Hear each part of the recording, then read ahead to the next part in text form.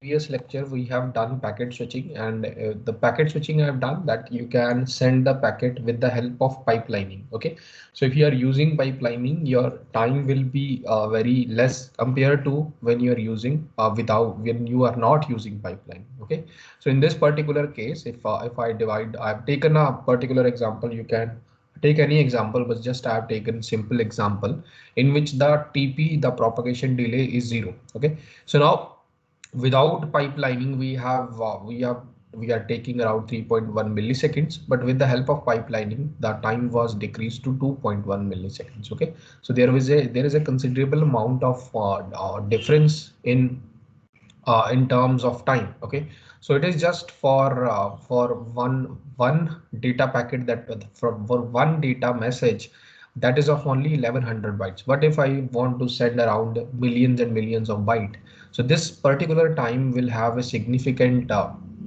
advantage. Okay, so that is why now the main question is how many packets should we divide the packets to. Okay, so now again, I have taken the same thing, the same question, only I have increased the number of packets to show you the advantage, or to show you the influence of division of deciding the number of packets. Okay, so you should decide the number of packets to be optimal. It should not be more, it should not be less, it should be in between. Okay, so let's just I'll show you also. Now we want to divide the number of packets into 10. Okay, so data packets, you know that the data will be divided into 10 packets. So the number of packets will be, you take the data, that is 1000 bytes, and you divide the packets by 10. So I think the every packet size will be 100 byte. Okay, so now the header, now you are taking 100 plus 1000 plus 100 byte of data, that is your data, and this is your header. Okay, now you are dividing this into 20 smaller packets. Okay, every packet is of 100 bytes plus 100 byte is of header. Okay, so size of one packet is 200 byte. Okay, so why it's 200 byte? 100 byte is the size of the data plus 100 byte is the size of the header. Okay, so now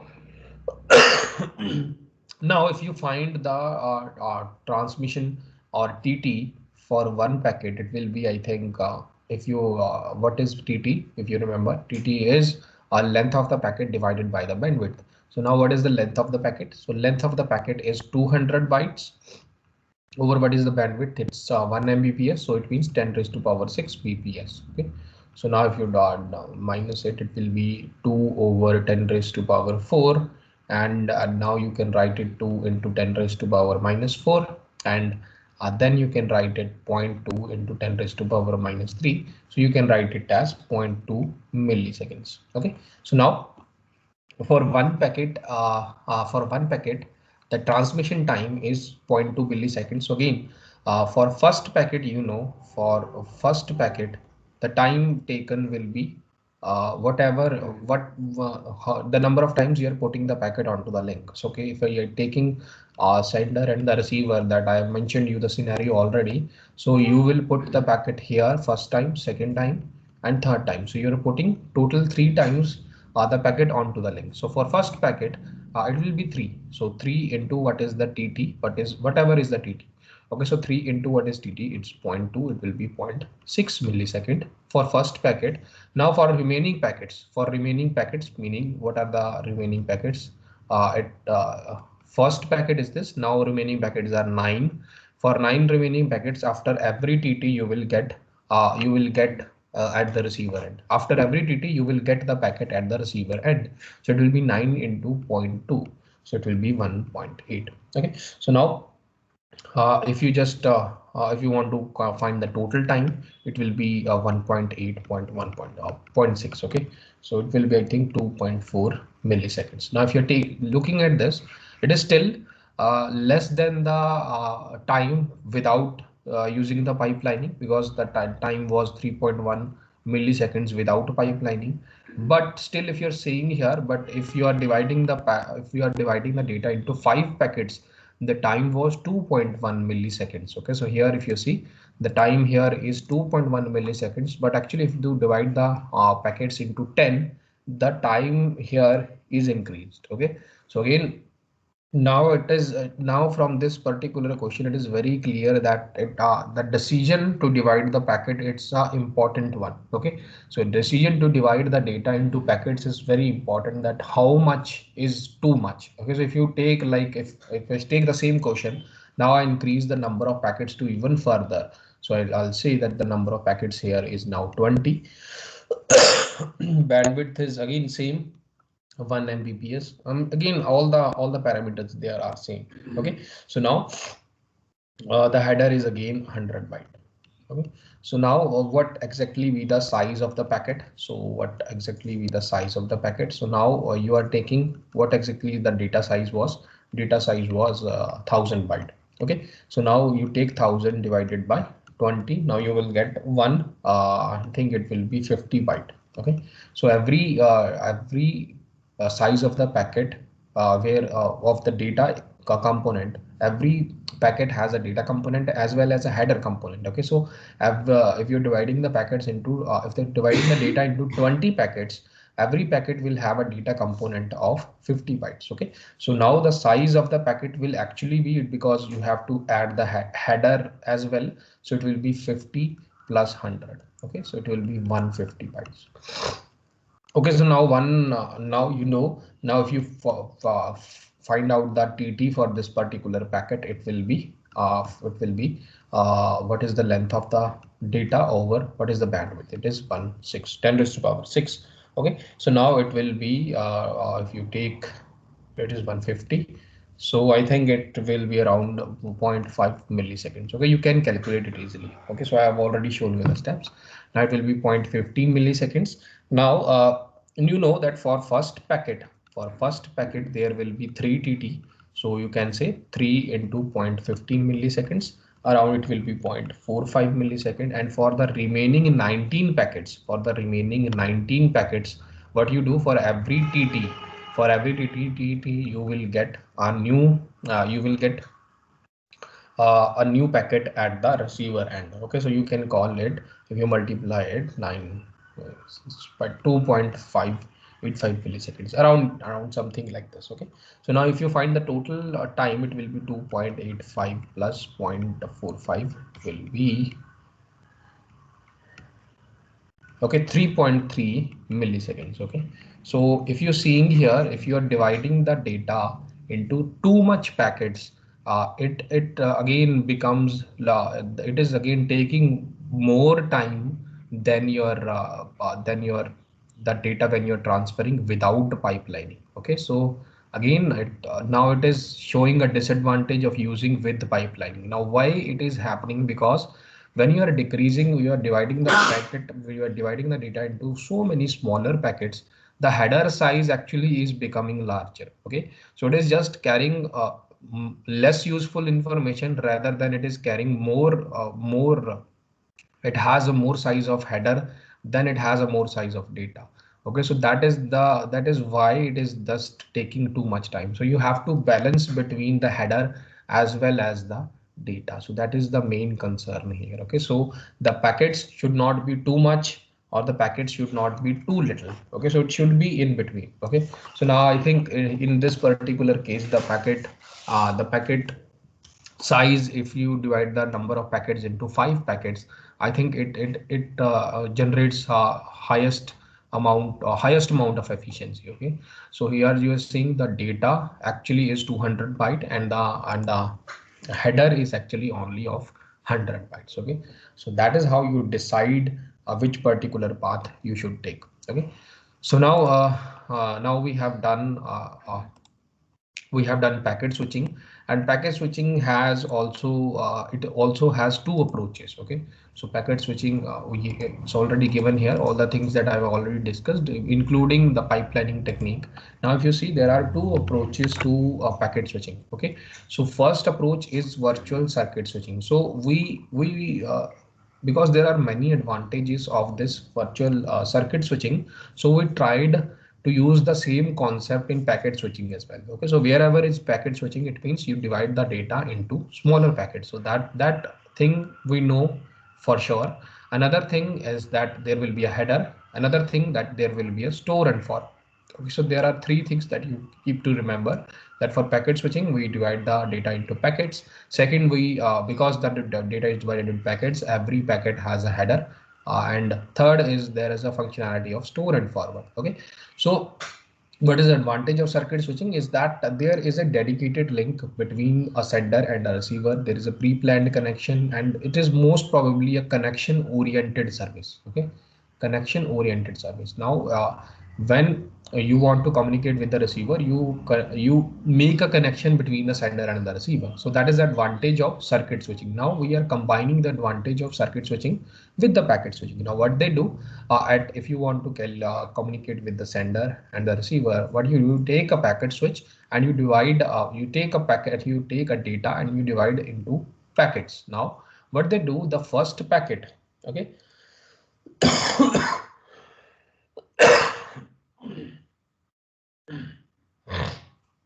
okay, so the first packet will contain the header information, and every packet will follow this first packet like a train. Okay, so it means that this packet is just tying a rope on this packet is tying a rope, this packet is tying a rope. Okay, so this particular thing is established by using this virtual circuit switching. Now it has the feature of packet switching, that it can be divided into smaller chunks, and it has the feature of circuit switching that you can send the packet as a continuous form of communication. Okay, so there will be a dedicated link. Whenever this dedicated link is established, you can send the packets with smaller packets in terms of smaller packets. Okay, so you send the data in terms of smaller packets.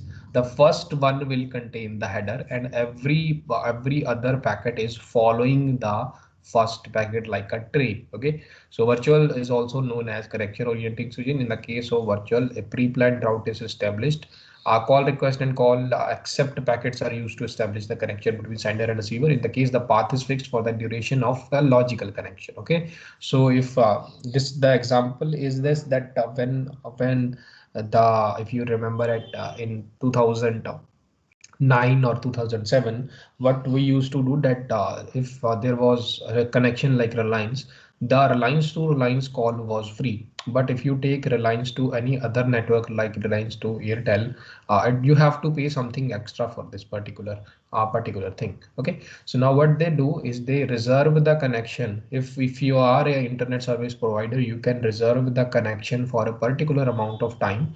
But if you want to communicate with other network, you have to pay some charges. So that charges was interconnect charges, I think, that is laid out by the telephone authority regulatory of India. Okay, so now what happens that the if you want to interconnect within the same network, the call was free, so they are using then virtual circuit switching, because you have to establish a connection first. Because it is in the same network, there is no problem. Okay, so first, when the network is established, when the connection is established between the sender and the receiver, so virtual circuit switching can easily be followed. But if you are using if you are trying to communicate with the other person having a different ISP, that like Reliance to Airtel, now in this particular thing, you have to pay something extra to pay for the interconnect charges. Okay, so when the connection between the sender and the receiver is established, you can again flawlessly send your data across the sender and receiver by again using virtual packet switching. Okay, so this is again a great example of where the virtual packet switching is followed. But actual packet switching that is very popular right now is your internet. Okay, so actually, the whole concept of packet switching, the pipelining, all the concept is used in this particular packet switching, that is called your datagram packet switching. Now, in this particular packet switching, what would happen? All the scenario that I have already taught you. Okay, so now you just take the data and divide it into smaller packets, smaller sub chunks of the communication, and you send this particular packets across across different network devices. Okay, so there is no way that you are following a single path. Every particular packet is not following a single path. So suppose if you are dividing the packet into three smaller chunks, what can happen is that this 1 and 2 is following this path, 3 is following this path. Okay, so whatever is good or whatever is necessary, it can be decided by the network devices that is present there. Suppose it's a router, it has the capability to decide which particular path is the easiest one, and it can send or route the packet at that particular time to a particular router. So that is the advantage of using some smart devices like your router. Okay, so you may have seen the functionality of router in your lab as well. Now you may have seen that router contains something called a network layer. So network layer enables this router to decide that which particular path this router can route to. Okay, so I'll tell you about router when I come to the network layer, but don't worry about it. We are still here at the switching part. So okay, so now the packet switching is all the things that I've told you, that they always contain a header. So that is why it is all the things that is concerned here is automatic. Keep in mind that at the receiver, and this is not always the case that you will get your packets in order. Okay, so suppose you you divide the packets, you divide the communication into packets, and you are at the receiver end, it can occur something like this 3 1 2. Okay, so it can happen. So it can arrive in same order, it can arrive unordered also. So it is the responsibility of the receiver machine to sort this, all the things. Okay, so sort the packets there. Okay, no path is fixed. Intermediate nodes take the routing decision. Intermediate nodes means it's talking about router, because only router can take the decisions. No other equipment can take the decision to decide the routing path, because only router contains a network layer. Okay. Okay. So it is also referred to as a connectionless switching. Why it is called a connectionless switching? Because we are not establishing a dedicated link before the start of the communication. So that is why it is referred to as connectionless switching.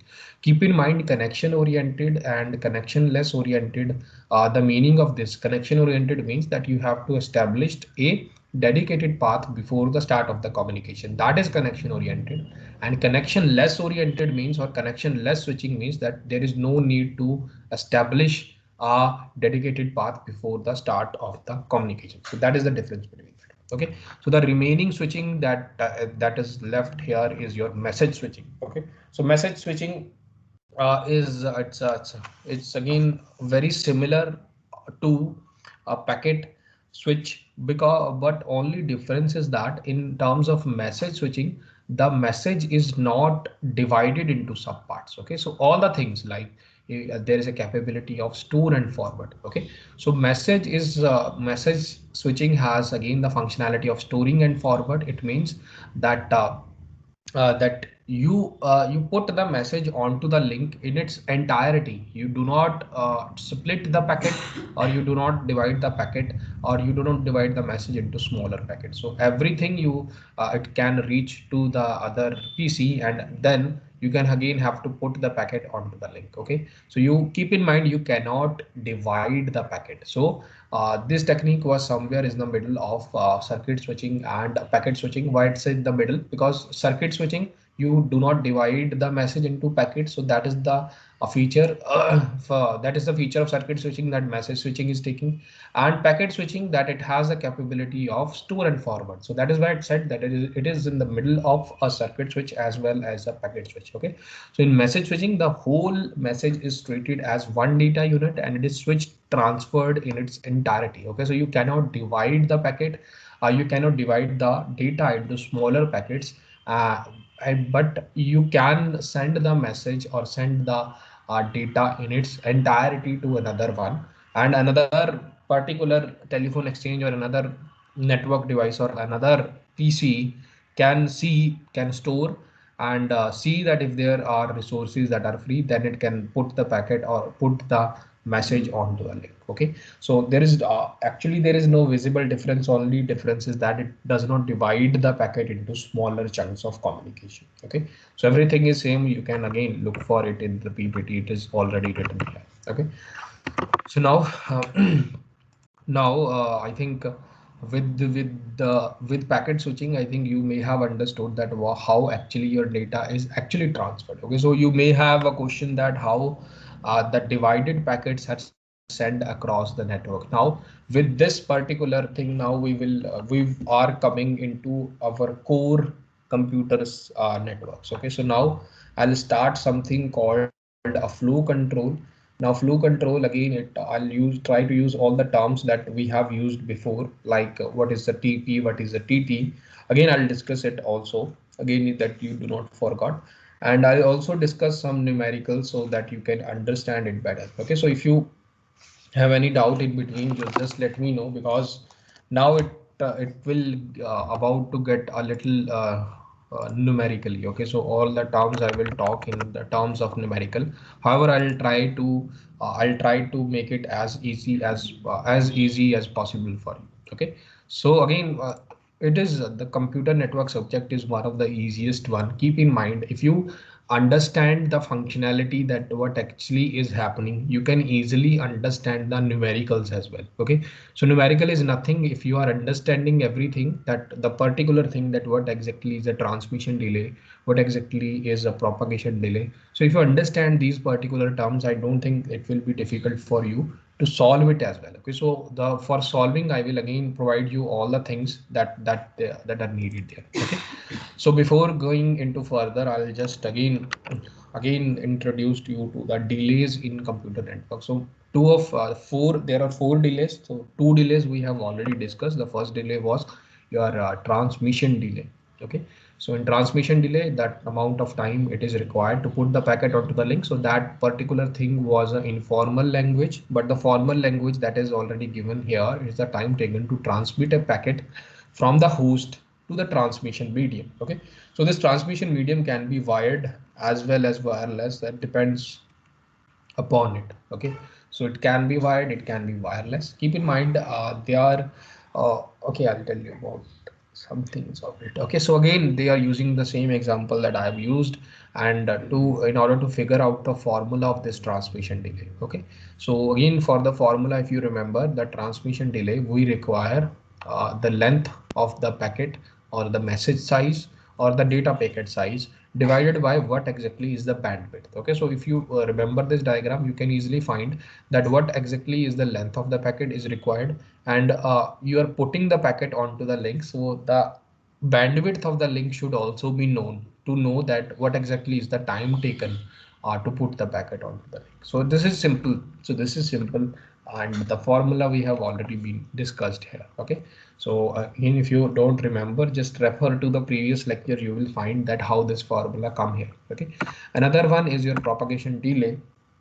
So in case of a propagation delay, so it is just when the last bit uh, from the host reaches to the destination, the amount of time taken for this process is called the propagation delay. Okay, so when the last bit of the packet, so this is, suppose these are many bits in the packet, but this particular last bit reaches to the destination, the time required for this particular thing is called your TP, or propagation delay. After the packet is transmitted to the transmission medium, it has to go through the medium to reach the destination. Hence, the time taken by the last bit of the packet to reach the destination is called your propagation delay. Okay, so these are some all formal definitions, so that you should know about these as well. Okay, so all the things I've told you, I have told you in simple language so that you can easily understand, but I'm also providing you the formal language that is given in your books as well, so you can also understand it there. Okay, so now in propagation delay, there are two factors. First factor is distance and velocity. I think this is already told you that propagation delay is directly proportional to distance, and it's inversely proportional to the velocity. Okay, so uh, now the velocity that is divided, it is given for air or for wireless medium, it will be 3 into 10 raised to power. It's the speed of light. It is 10 raised to power 8. And the velocity that is given for optical fiber, it is somewhat less than the air. Okay, so keep in mind it is 2.1 into 10 raised to power 8. Still, we prefer optical fiber because there is very much very less loss in signal compared to the wireless medium. Okay, so wired medium is always reliable, but still uh, for longer communications, we cannot take so much cost for the wired media. So for longer communications or for further communications, we always prefer wireless transmission. Okay, so now another one is that the velocity is always constant. Okay, so if you are using optical fiber, the velocity will again be given there, and if you are not using optical fiber, this particular velocity will also be mentioned there. Okay, so this is somewhat similar. It will not affect the transmission time because it is always somewhat constant. Okay, so now see, another delay is also referred to as a queuing delay. Okay, so now what exactly is a queuing delay? So so I'll tell you. So suppose there is a sender and a receiver. So receiver has something called a buffer. Okay, so now when sender sends the packet towards the receiver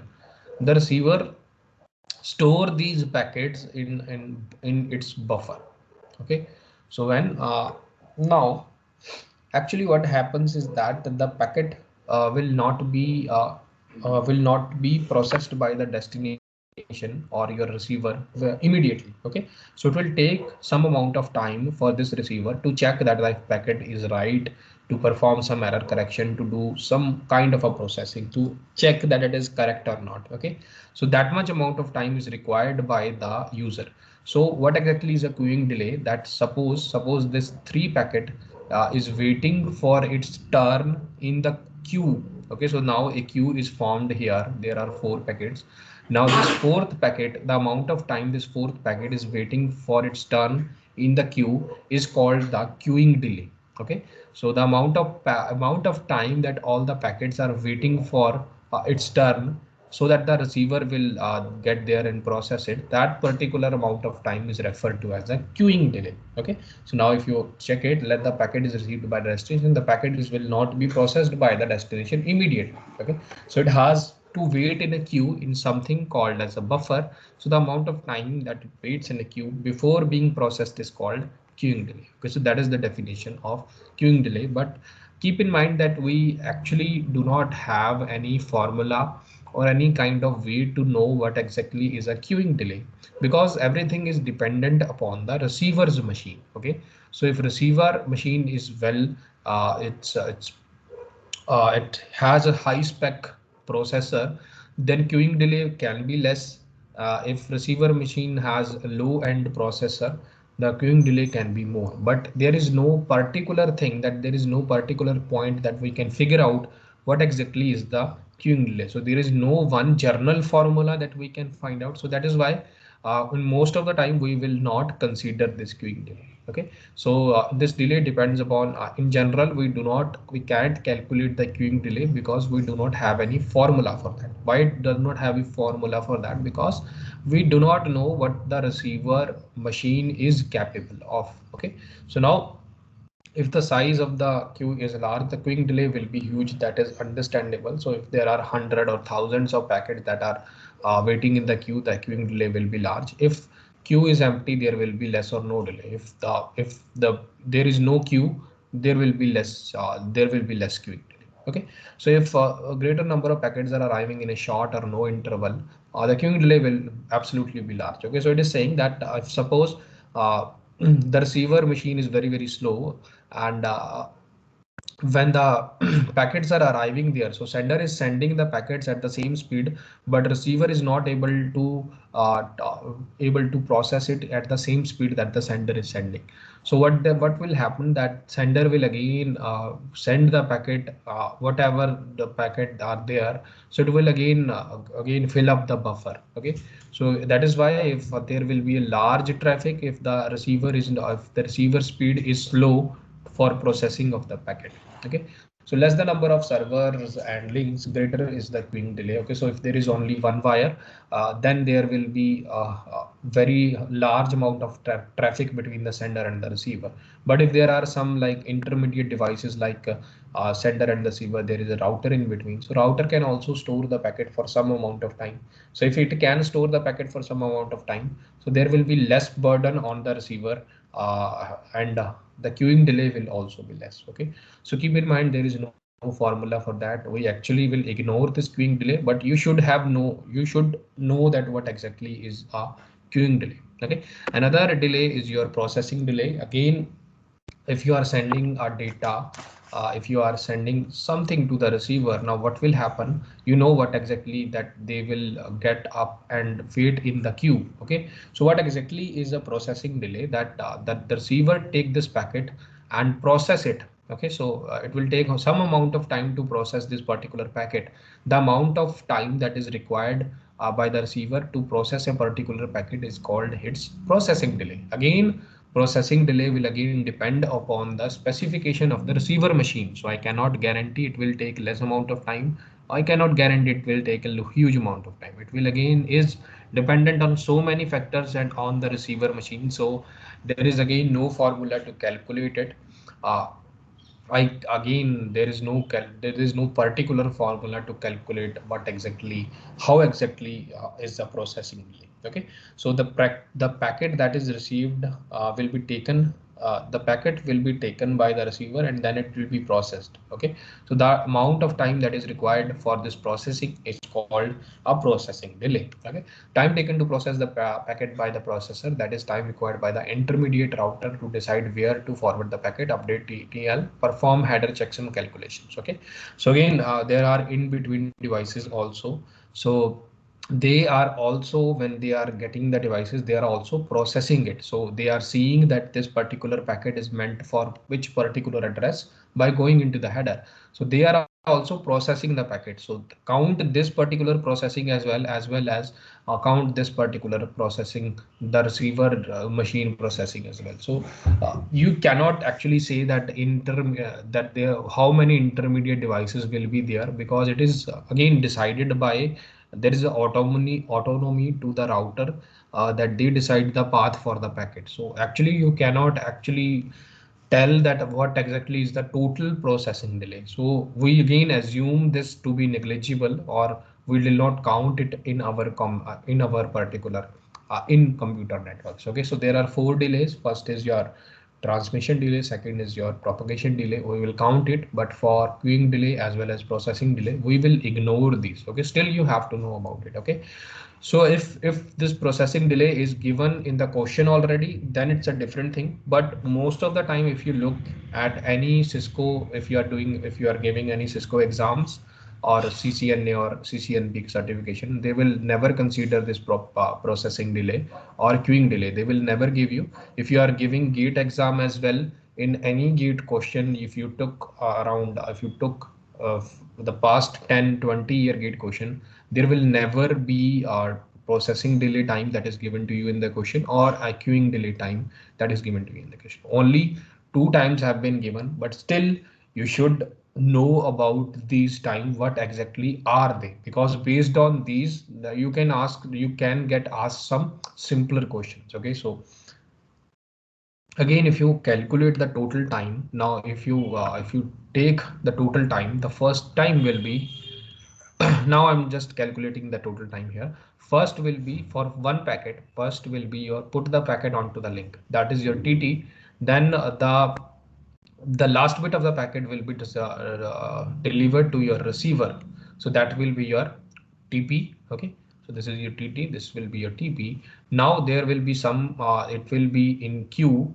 So the amount of time that a particular packet waits in a queue, that will be your queuing delay. And the amount of time the receiver or intermediate machine required for processing, it is your processing delay. Okay, so most of the time we will ignore these two terms, and we will only consider, if we are calculating total time, we are only consider the transmission time as well as the processing time. Okay, so when taking you have to take this one as 0. So I'll show you also with the example.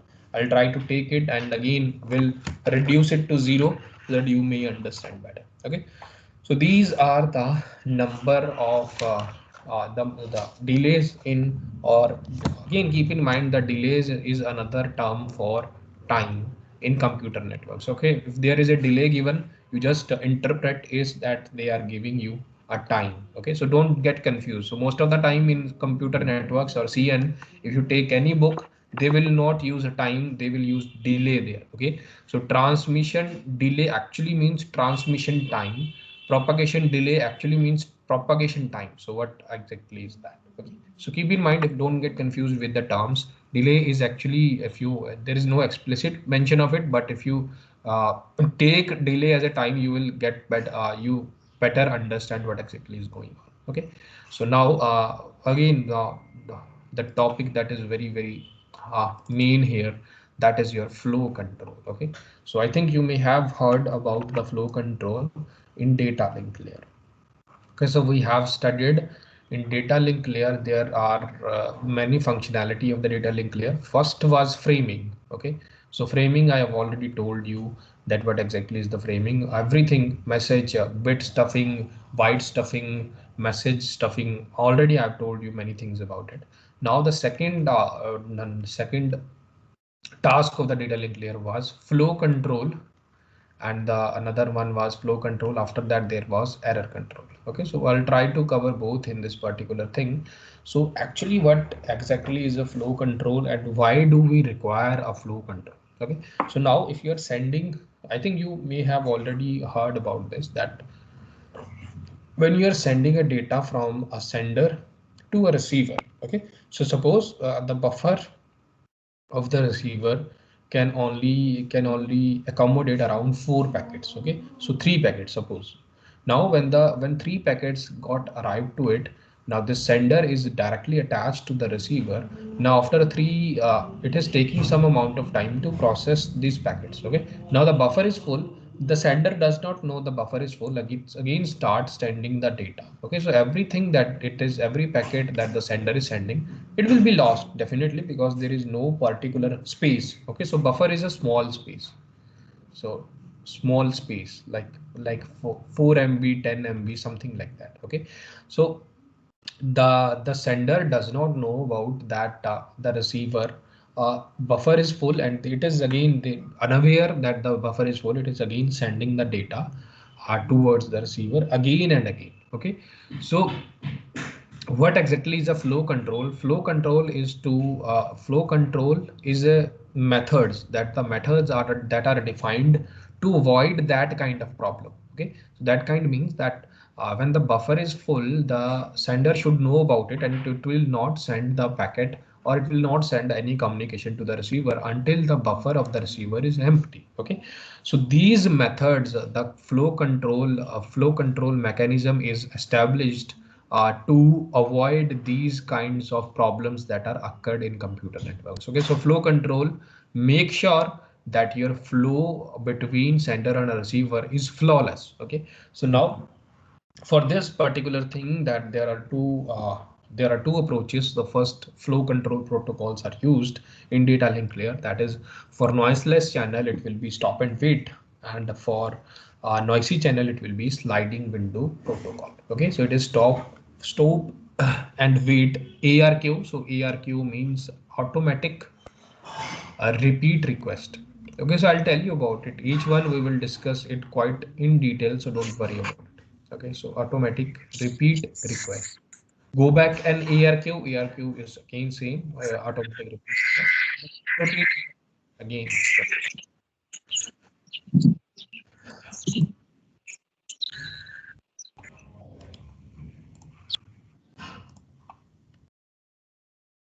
Okay, so okay, so no, so now I'll just show you. I'll just take now for the first one is your stop and wait protocol. So it's the simplest flow control protocol. It everything is in the name. Okay, so it is saying stop and wait. Okay, so I'll show you actually how it's work. So this is your sender and this is your receiver. Now how exactly the stop and wait will work? So first you send a packet towards the receiver. Okay, so when the packet is received to the receiver will send back something called acknowledgement. Okay, so this acknowledgement is sent at the time when the receiver is saying that I have received the packet and I have processed the time. I now you can send the next packet. Okay, so sender send one packet. Once it is consumed as a receiver, it asks for another packet. So this particular acknowledgement is asking for another packet saying that I have received the packet. Now I am ready. You can send the next packet to me. It is very simple. So it is just the what from the point of perspective of a sender, you just send the packet and you are stopping and waiting for the acknowledgement from the receiver. So that is why it's the simplest flow control mechanism that is ever. Okay, so it is the simplest. It is very simple to implement. You just wait for the acknowledgement to arrive. When the acknowledgement arrives, you are ready to send the next packet to the receiver. So you may have seen in your Cisco packet tracer as well, because in your simulation part you may have seen that when you send the packet to the receiver sends something back to the sender saying that now the packet is received to me. I have processed this again. Please send the next packet to me. Okay, so that is the actual advantage of using acknowledgement. Okay, so now I just want to see that how actually that what exactly will be the time in this particular the total time that will be taken by in stop and wait protocol. Okay, so now I'm designing these kind of a diagram. You will see this kind of diagram now much very often. Okay, now this is your sender, this is your receiver. Okay, so now first what this particular sender do, it will put the packet onto the link. Okay, so the amount of time that will be required there, it will be I am writing it as transmission time. Okay, so TT from sender side will be required to put the packet onto the link, and then there will be a propagation delay that you send the packet to the receiver. Okay, so this is the packet and you are sending it to the receiver. Okay, so this will be your propagation time. So I think the time that is required here, it will be this amount of time. So this is something like a timeline. So TT, this amount of time is taken from the sender perspective. Now you are sending the packet to the receiver, so this will be your this particular will be your TP from the receiver side.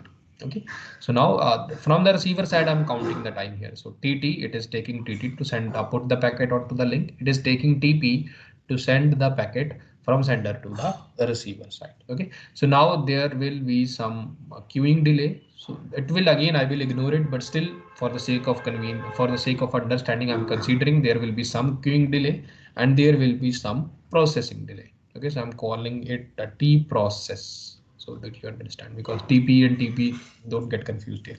So it is propagation delay. T process is your processing delay. Okay, now the receiver has actually processed it and processed the packet. Now it is ready for another packet. Now what will it do? It will again put the packet onto the link. So put the packet means put the acknowledgement. So I'll cite TT for acknowledgement, and the amount of time required for putting the acknowledgement onto the link, it will be TT. And now you are again sending it towards the sender. Okay, so the amount of time that will be taken here also. So if I count it, I'll take. Okay, so from here, what is the time? Okay, so from here to here, this is when the time that you receive. So take this time as your TP. Okay, so TP from actually from the receiver side. I'm writing it here. Don't worry about it. Okay, so actually it will be, I'll think I got wrong here. So because you are sending the packet at that time. Okay, so from this particular time. Okay, so I can see what exactly is the TP. TP, I think I'll count it like this. Okay, so this will be a TP, propagation delay. So whatever is the time taken from the receiver side. Okay, so I'm writing like this. Okay, so now when you're trying to find the total time also, so I'll also show you the diagram in the flow control one. Okay, stop and wait. Yeah, this is stop and wait protocol. So this will be your diagram. Okay, so I think there was some problem. Just wait a second.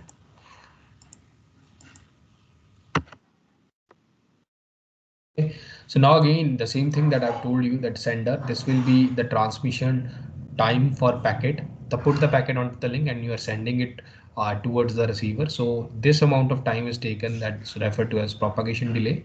And another will be your queuing delay, another will be your processing delay. Then there will be again a transmission delay, because from you put the acknowledgement onto the link, that is time transmission delay, and you are sending that acknowledgement towards the sender. That is your propagation delay. Okay, so again there will be a queuing delay, processing delay, you can consider it, but we eventually know that actually we will not going to use the queuing delay and the processing delay. So I'm again counting the total time. Okay, so actually what is the total time that is taken for this particular communication that is defined upfront. Okay, so that for this particular process. Okay, so first one is will be the TT for data, that we are putting the data packet onto the link from the sender side. Okay, so I'm representing this as a sender. Another time will be you are sending the packet towards the receiver, so that will be your processing time. Oh sorry, uh, what is this, propagation time from the sender side also. So I'm writing it as sender side because it's sending it, and it is also related to our data. Now another time will be your TQ plus TP. You already know we will not going to consider that, so I'm just writing it. Another time will be your TT for acknowledgement from the receiver side. Okay, so that this time, and now there another time will be the TP of acknowledgement from receiver side. Okay, so receiver side. Okay, so now actually you see that the propagation time, because the distance between the sender and the receiver is similar, so the propagation time, the time required to send some packet from the receiver sender to receiver, will be equal to the time that you are sending a packet from receiver to sender as well, because the distance is similar. Whatever it is sending, the amount of time, suppose from sender to receiver it is taking 2 seconds, now from receiver to sender it will again take 2 seconds there, because the distance is similar. Okay, so now if I can say that transmission or propagation time of data, whatever is it, is equal to the propagation time of the acknowledgement. Okay, so from the receiver side. Okay, so that will be equal. So now because they will take same time. Okay, so now I can replace the term, so I'm replacing it as only TP. Okay, so here I can write it is the same thing, TT data. I'm not changing anything, so instead of this I'm writing TP, here only TP. And you can ignore this one. I already told you that there is no need of this one. And for TT acknowledgement I can write it again like this from the receiver side, but for TP I can again write 1 TP here. Okay, so now we actually got 2 TP plus 2 TP, and then there will be a TT data and TT acknowledgement. Okay, so acknowledgement is actually it's like a 1 bit. Okay, so acknowledgement does not contain a huge amount of data. The length of the packet is very small. Okay, so it is like only 1 or 2 bit acknowledgement that you're sending back. Okay, so because the acknowledgement size, because if you see the data side will be 100 byte, 200 byte, 1000 bytes, something like that, but the acknowledgement is only of 1 bit, saying that I have received the packet and you can send the packet back to me. Okay, so that is why I've to put 1 bit onto a link that have a bandwidth of 1 Mbps, it is around a negligible time. Okay, so it will be 1 over 10 raised to power 6, and it can say 10 minus 10 raised to power 6, it is like 1 microsecond. Okay, so that is very small amount of time, so that I can, it is like negligible time, so I can ignore this particular TT for acknowledgement. I'm saying that it is a negligible time because it's only 1 bit data, it is not more than 1 or 2 bit data, it will require a negligible amount of time. Okay, so total time will be there, will count it will be TT plus 2 into TP. Okay, so that actually will be, again it's approximation because we are again not considering TQ and TP, so that is why the total time that you will get will be TT plus 2 into TP. Okay, till here, if you have any doubt, just ask me. If you have any doubt here, till here, ask me. So then I will go further. Okay. Okay. So again, I will tell you more about in the next lecture. I do not want to leave something in between. So I'll talk about this in the next lecture.